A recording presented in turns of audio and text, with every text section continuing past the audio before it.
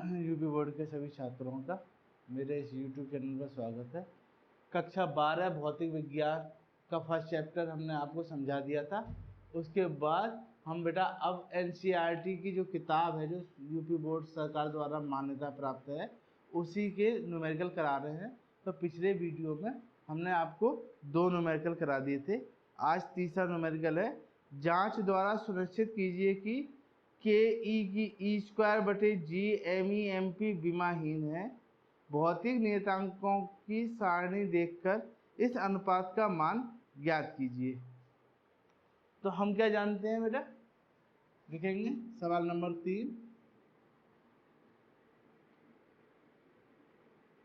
गुरुत्वाकर्षण के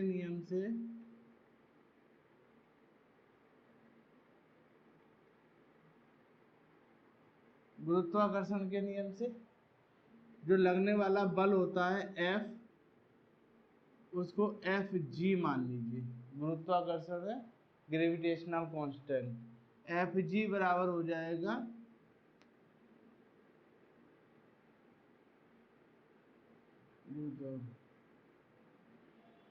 G m e, क्योंकि पहला द्रव्यमान इलेक्ट्रॉन है और दूसरा द्रव्यमान प्रोटॉन है, तो बटे r²। दोनों द्रव्यमान और उनके बीच की दूरी, ये m e हो गया, ये m p हो गया, और इनके बीच की दूरी r हो गई। ये डाल देंगे समीकरण नंबर 1। गुरुत्वाकर्षण का नियम है कि किन्हीं भी दो पिंडों के बीच लगने वाला आकर्षण बल उन दोनों पिंडों के द्रव्यमान के गुणनफल के अनुक्रमानुपाती और बीच की दूरी के वर्ग के व्युत्क्रमानुपाती होता है। अब कूलाम के नियम से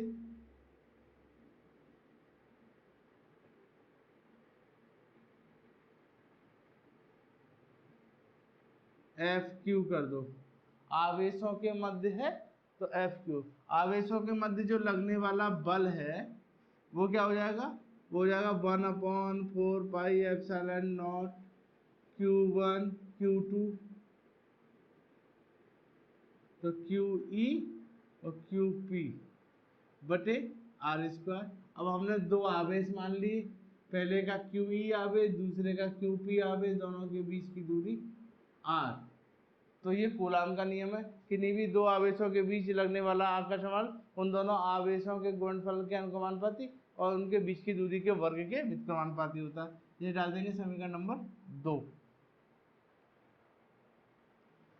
समीकरण 2 में, और इन आवेशों को आप कैसे लिख सकते हैं, Fq बराबर, इसकी वैल्यू हो गई, ये कांस्टेंट हो गया K, और इसका मान इलेक्ट्रॉन पर भी, इलेक्ट्रॉन ई आवेश होता है, और प्रोटॉन पर भी, बटे r²।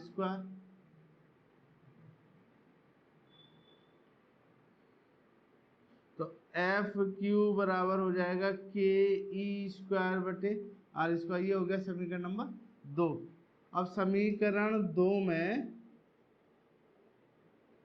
समीकरण 1 का भाग करने पर, समीकरण 2 में समीकरण 1 का भाग करेंगे तो Fq बटे Fg बराबर KE² अपॉन r² बटे GMEMP अपॉन r²। ये वैल्यू इस वैल्यू से कट जाएगी, और यही तो उसने कहा है कि अनुपात आपका क्या है, KE² बटा GMEMP। ये तो सुनिश्चित हो गया। अब इसका मान पूछा गया है, तो K का मान 9 × 10⁻9, E का मान 1.6 × 10⁻⁻19 का वर्ग बटे G का मान 6.67 × 10⁻11।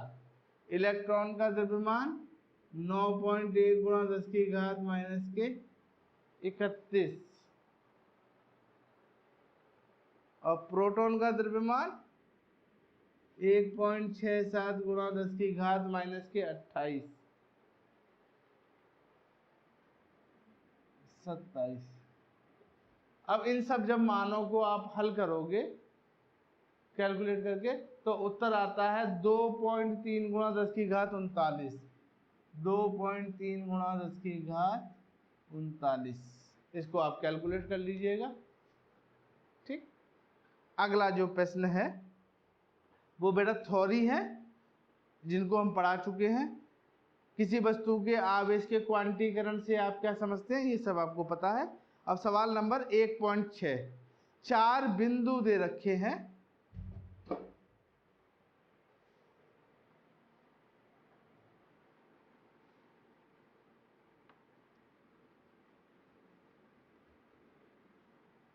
चार बिंदु दिए गए हैं तो हमने ये 4 बिंदु बना लिए।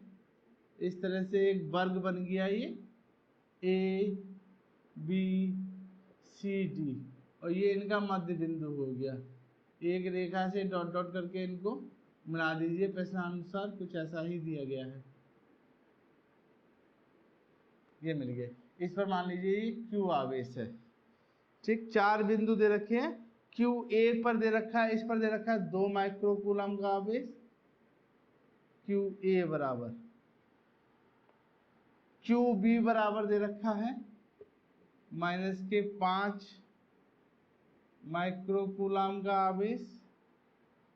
क्यू सी बराबर दे रखा है 2 माइक्रोकूलम का आवेश, और क्यू डी बराबर भी दे रखा है -5 माइक्रोकूलम का आवेश। अब इसके केंद्र से, केंद्र पर, वर्ग के केंद्र पर रखे 1 माइक्रोकूलम आवेश पर, अब ये Q बराबर दे रखा है 1 माइक्रोकूलम पर आवेश पर लगने वाला बल क्या होगा, तो परिणामी बल F पूछा गया है। अब देखो बेटा ये Q से A की ओर बल लग रहा है, Q से B की ओर बल लग रहा है, Q से C की ओर बल लग रहा है, और Q से D की ओर बल लग रहा है। ऐसे बल लग रहा है प्रश्नानुसार।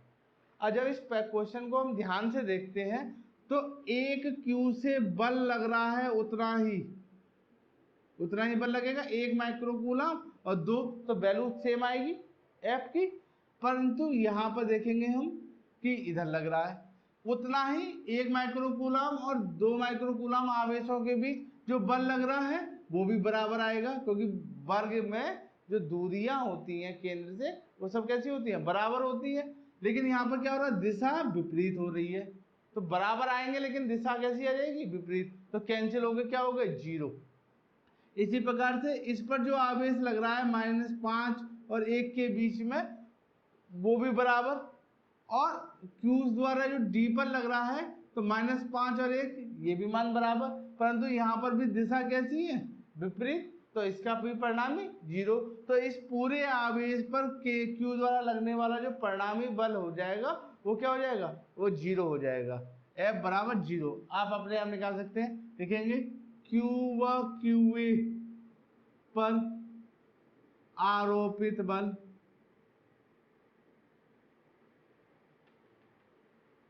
FA बराबर 1/4 pi epsilon not Q into QA upon R²।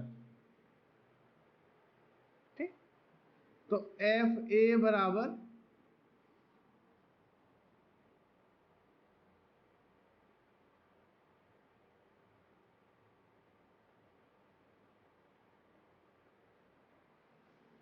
FA बराबर 9 गुणा 10 की घात 9 गुणा QA का मान, Q का मान 1 2/R², और वर्ग है तो इसको इग्नोर कर देंगे, 1 मान लेंगे, दूरी एकांक दूरी है।